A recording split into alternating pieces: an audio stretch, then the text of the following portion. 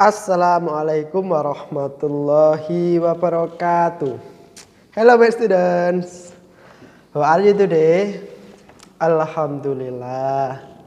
I'm fine too, thank you. Nah, anak-anak ada yang masih ingat TK kemarin kita belajar tentang apa? Yes, betul sekali. Teks bergambar. Nah, kemarin kalian sudah mempelajari yaitu teks bergambar. Nah, hari ini kita akan belajar mengatur penempatan gambar pada teks. Jadi materi TK hari ini yaitu mengatur penempatan gambar kepada teks, pada teks. Nah, fungsinya apa?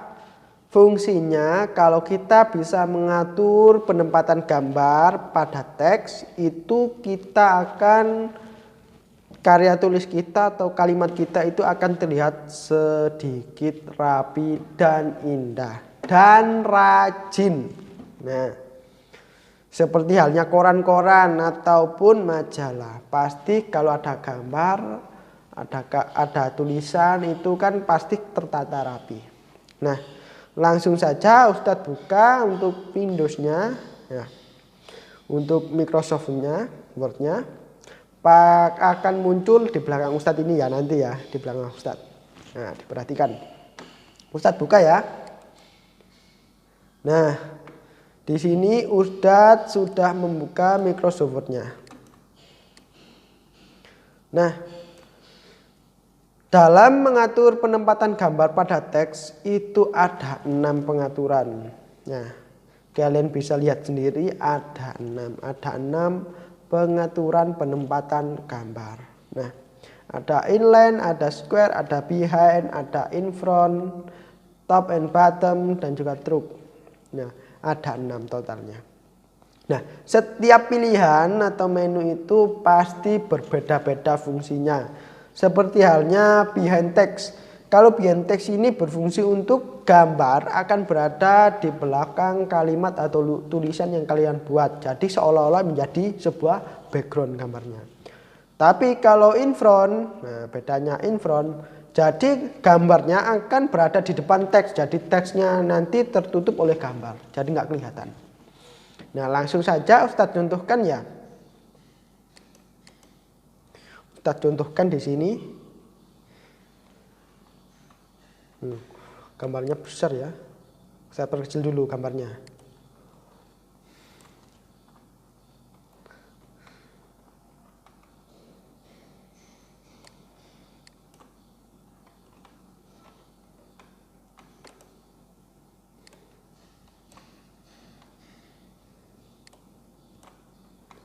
Nah, di sini Ustadz sudah memiliki gambar. Nah, bagaimana cara menggunakan ke-6 menu tersebut? Yang pertama yaitu pertama kali kalian harus klik terlebih dahulu gambarnya.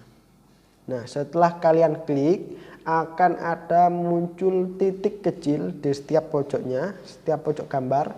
Ini ada titik kecilnya ya. Nah, ini berarti menandakan gambar tersebut sudah kalian klik. Nah, kalau sudah diklik akan ada yang namanya menu baru yaitu picture tools. Nah, kalau tidak kalian klik gambarnya maka menu tersebut tidak ada. Contoh, nah menunya akan hilang, tapi kalau kalian klik gambarnya maka menu tersebut akan muncul. Nah, setelah itu kalian klik picture tools tersebut ya. Jadi kalian klik, kalian pilih. Nah, pada picture tools terdapat sebuah menu yang namanya wrap text atau text wrapping atau wrapping text, itu juga bisa. Nah, yang mana sih ikonnya? Yaitu ikon yang ini di sampingnya position. Nah, ikon position ini di sampingnya yaitu wrap text. Nah, setiap Windows itu berbeda ya tulisannya. Di sini kebetulan punyanya Ustadz itu bertuliskan wrap text. Tapi kalau di buku kalian bisa jadi tulisannya wrapping text. Bisa jadi ya. Karena apa? Setiap Windows itu berbeda-beda. Ada wrap text, wrapping text, text wrapping, atau wrap saja, atau wrapping saja. Itu banyak macamnya, tapi intinya sama. Nah, setelah kalian klik terlebih dahulu wrap text-nya, maka akan muncul yang namanya pilihan menunya. Ya, ada 6. Ada 6. Walaupun di sini 7, tapi sebetulnya ini ada 6. Kok bisa ada 6? Square and tick ini hampir sama atau menjadi satu. Hanya beda penempatannya saja nanti. Ya. Nah, Ustadz menjelaskan yang pertama yaitu inline. Nah, kalau inline tulisannya ya, inline atau inline, yaitu gambar akan menjadi atau masuk kepada barisan kalimat. Nah, contohnya apa? Kok bisa masuk ke dalam barisan kalimat? Nah, tulisan dalam ini akan sejajar pada paling bawah gambar. Nah, berarti ini gambar ini dianggap sebuah kalimat atau masuk kepada sebuah kalimat. Nah, beda lagi kalau kalian pilih square atau tick. Nah, maka gambar akan dikelilingi oleh teks. Square atau tick itu sama. Hanya saja kalau tick itu tulisan atau hurufnya itu jadi sedikit lebih berdekatan. Kalau square itu normal. Kalau truk, nah jadi sama ya, square, tick, truk ini hampir sama. Kalau truk itu sebaliknya, kebalikan dari tick. Jadi jarak tulisannya itu sedikit renggang. Nah, contohnya seperti ini ya, kalian perhatikan. Yang pertama Ustadz pilih square. Nah, tulisan akan mengelilingi gambar seperti ini. Ya. Nah, sedangkan kalau kalau tick, tulisannya atau hurufnya ini atau spasinya itu jadi sedikit lebih dekat. Nah, berdekatan kan. Nah, ini yang tadi awalnya M ini kan lurus, tapi kalau kita pilih tick, nah hurufnya jadi akan sedikit berdekatan. Nah, perhatikan lagi ya, dalam tulisan atau kata-kata mengetahui cara, kalian lihat mengetahuinya ya. Ini Ustadz pilih tick, selanjutnya Ustadz pilih yang namanya square biar tahu bedanya.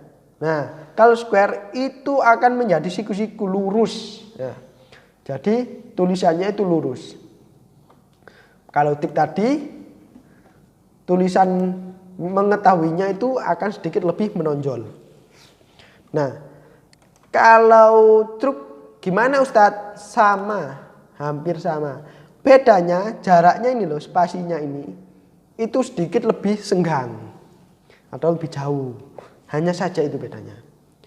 Nah, selanjutnya yaitu menu top and bottom. Kalau top and bottom ini hampir sama dengan inline. Hanya saja kalau top and bottom itu gambar tidak dianggap sebagai kalimat. Makanya tulisannya akan berada di bawah gambar semua ataupun di atas gambar semua. Nggak ada yang di samping. Ustadz pilih ya. Nah, tulisannya yang awalnya tadi di samping maka akan di bawah gambar semua. Nah, lihat tulisan dalamnya. Beda lagi kalau kita menggunakan inline, maka tulisan dalam ini akan di sampingnya gambar. Nah, seperti ini tulisan dalamnya. Naik ke samping. Nah, itu kalau top and bottom. Selanjutnya yaitu menu behind text. Kalau behind text yaitu gambar akan berada di belakang tulisan. Jadi seperti background. Contohnya seperti ini. Nah, kalimat atau tulisan yang kalian buat, yang Ustadz buat ini akan berada di depan gambar. Sudah paham ya? Selanjutnya yaitu in front. Itu kebalikan dari behind. Kalau tadi behind itu gambarnya berada di belakang kalimat, sekarang gambarnya berada di depan kalimat. Jadi tulisannya atau tulisan yang Ustadz buat ini akan tertutup.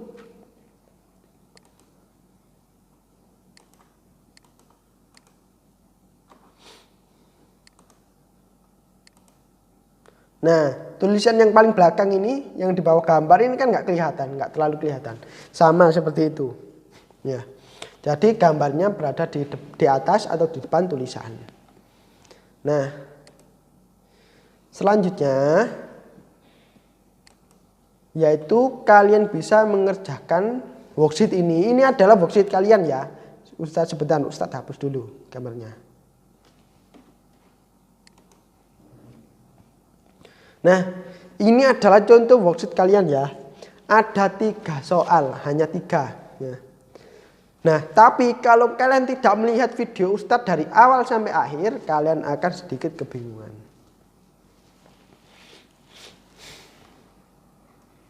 Nah, selanjutnya di kotak yang sudah tersedia ini, Ustadz meminta kalian memperkenalkan diri kalian. Ya, memperkenalkan diri kalian. Nah, unsurnya ada apa aja? Harus ada nama lengkap, nama panggilan, umur, dan juga alamat. Harus ada 4 ini ya, 4 poin ya. Nah, Ustadz contohkan. Nah, ada 2 cara memperkenalkan diri. Ya, yang pertama bercerita seolah-olah kita sendiri. Ya, misal namaku Danang Wahyu Ilahi. Nama panggilanku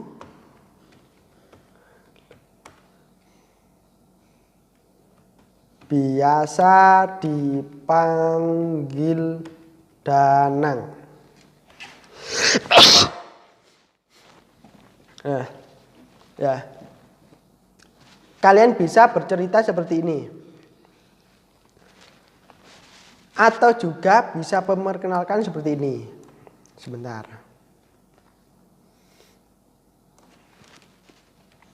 Nama.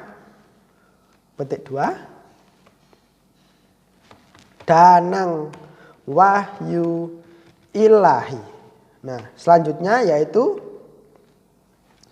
panggilan. Danang. Nah, bisa juga seperti ini ya. Jadi ada 2 model atau cara. Kalian bebas menentukan milih yang mana. Ya, boleh yang sambil bercerita tadi, juga boleh seperti ini.